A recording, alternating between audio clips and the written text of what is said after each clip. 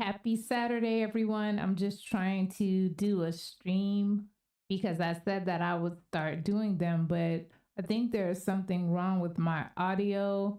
I'm not really sure how to correct it right now, so it may sound a little robotic-y. Is that a word? Robotic-y, but I just wanted to come on really quickly to talk about the Tory Lanez situation. Yes, I know I'm really behind. I'm always really behind, actually. Like, I guess I'm just not great at like jumping on top of topics immediately like everyone else. But anyways, I wanted to talk about the Tory situation. Recently, if you haven't already heard already, he's been sentenced to 10 years, which he'll probably only do about 7.5 of the 10 years. He had some really great superstar supporters who wrote letters on his behalf, and that's what I wanted to present to you today. So if you haven't already heard those letters or read those letters or seen them online, here it is. A reporter named Megan Cuniff, which I put all of the information in the description box for everyone. If you haven't already seen it, she posted the letter for Iggy Azalea and also the R&B singer Mario. So Iggy Azalea, the rapper, and Mario, the R&B singer, wrote letters on behalf of Tory, requesting a good sentence from the judge, nothing too crazy. They pretty much talked about his character and how he has treated everyone throughout his life. And, they really wrote some great letters, I have to say, especially Iggy. She really reached deep down inside and she said everything great about him, like things I didn't know, like most of us probably didn't know that he's done. So before I show that, I'm going to show this fair use thing. And everybody keep in mind that I don't really know what I'm doing. I'm trying my best. This stuff is not really easy for me. I'm not tech savvy. So anyway, here goes the fair use thing. Fair use disclaimer. All videos posted on my channel contain a fair use copyright disclaimer in accordance with Section 107 of the Copyright Act of 1976, which allows fair use for purposes such as criticism, commentary, news reporting, teaching, scholarship, and research. All rights and credit go directly to the video's owner, and no copyright infringement is intended. So that was the fair use disclaimer, because it's easy to get copyright strikes and everything on YouTube. Like, I'm already at my first copyright strike warning. So, it's serious. You can only get 3s, but all of the seasoned YouTubers know that already. But for the people who don't know, but that doesn't matter. That's neither here nor there. That has nothing to do with you guys. So, like I said, everything is in the description box where I got all of this information. Please like, comment, share, and subscribe. I'm trying to get to 5,000 subscribers. It is not hard. It is hard. It's not easy getting subscribers. So cut me some slack, everybody. I'm going to show you the letters now. One moment. Although Tory Lanez just received a 10-year sentence, which he may only serve about 7 or 7.5 of it, he did have some celebrity friends who wrote letters to the judge on his behalf. So I put together a little thing for you with 2 of them, Iggy Azalea and Mario. Dear Honorable Judge Hereford, I'm writing to you in regards to a case in your court, the people of the state of California plaintiff versus Daystar Peterson, case number BA 490,599. My name is Iggy Azalea, and I've been a successful musician for the last decade. I've sold over 65 million records throughout my career, had #1 hits on the Billboard Hot 100, and broken records previously held by the Beatles. My music has been nominated for 6 Grammys, and I have a multitude of other musical awards throughout my career. I've toured with some of the biggest acts in music, from Beyoncé to Pitbull. I've also collaborated with everyone from Britney Spears to Jennifer Lopez. In short, like yourself, I'm great at what I do, and I'm well respected by my peers. Becoming successful is incredibly hard to do, and maintaining success is even harder. The music industry is not designed to empower artists, especially not women. You learn to expect misogyny at every turn, no matter how much you've personally achieved. Sadly, I've spent my entire career battling sexism and bad behavior behind the curtains. One unfortunate consequence of that is I am victim of abuse myself. I must make note of the things I've suffered through so that you understand definitively. I would not write to you on behalf of an abuser. In fact, it's the very reason I felt it imperative I share my viewpoint as a woman in music in regard to Daystar Peterson. You are presiding over his case, and it would mean a great deal to me if you'd please let me share with you why Tory Lanez is far from your average entitled rap star. I believe in justice, and I know you do too. You've dedicated your life's work to it, and I respect that deeply. That's why I'm taking my time to do this, because I know the person you are understands. In order to truly conclude what a fair sentence is, you need better understanding of who the person you are sentencing is at their core. Judge Hereford, I was elated when I saw your name in relation to this trial because you have a reputation of being a very fair judge. In fact, it's one of the reasons I was saddened. Daystar has subpar legal counsel, and did not take the stand at his own trial. We've all been frozen in fear before. The unfortunate side effect of his choice is that he's been painted in the most unrecognizable way to you, the jury, and the public. Daystar Peterson is not the pest you've heard about. He's a gardener, he helps others bloom. Any leniency you may afford him would be something you could be proud of. You see, Daystar has been helping me from the moment I met him. Our paths crossed in 2018 while working in the same recording studio. Although he was writing music for another artist, he took the initiative to come to my room in his break time and play song ideas he'd written for me too. This resonated with me because it's highly unusual for someone who's already very successful to want to help others. Music is competitive. In that way, we've remained friends since.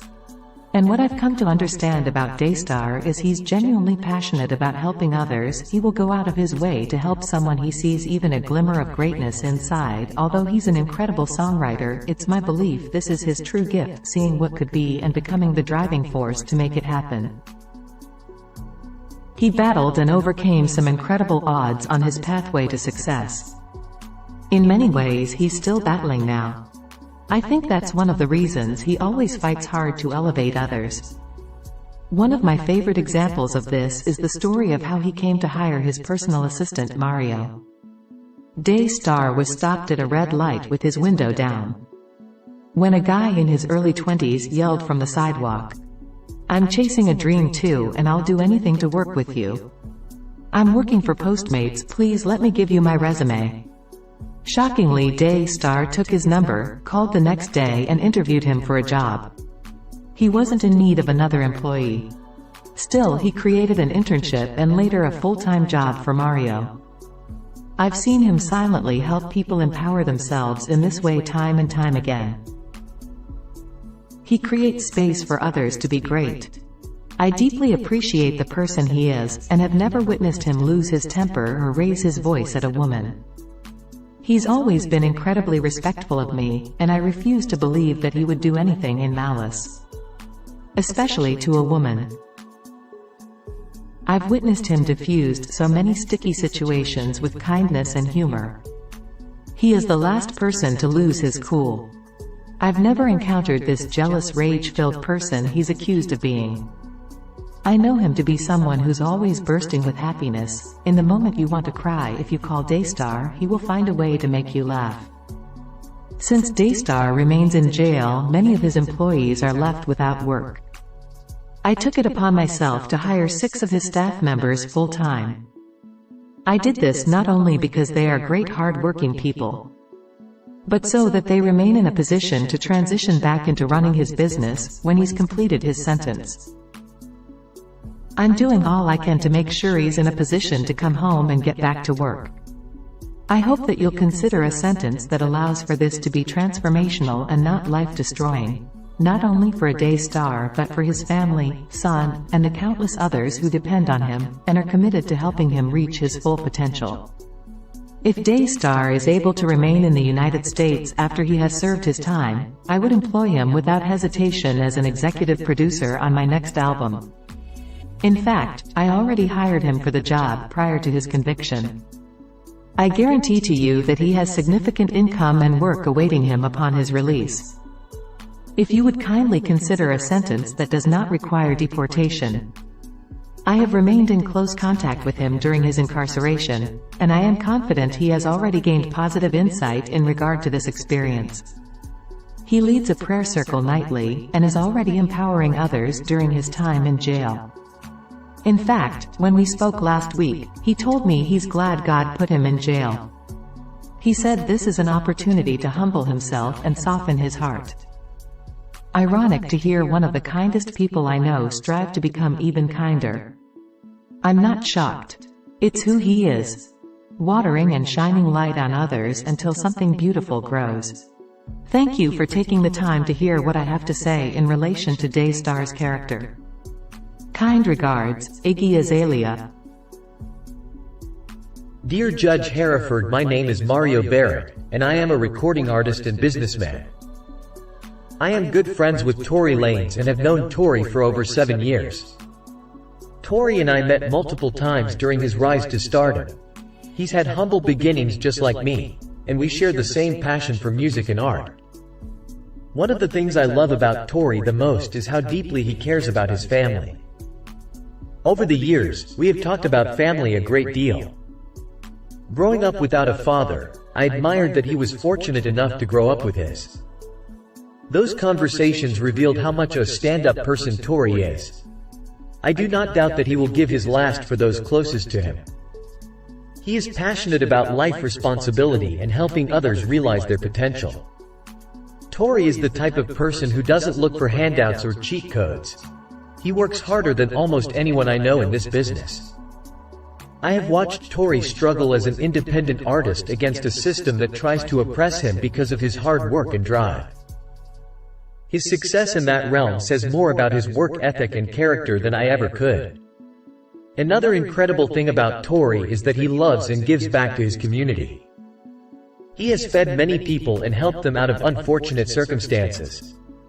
He walks the walk.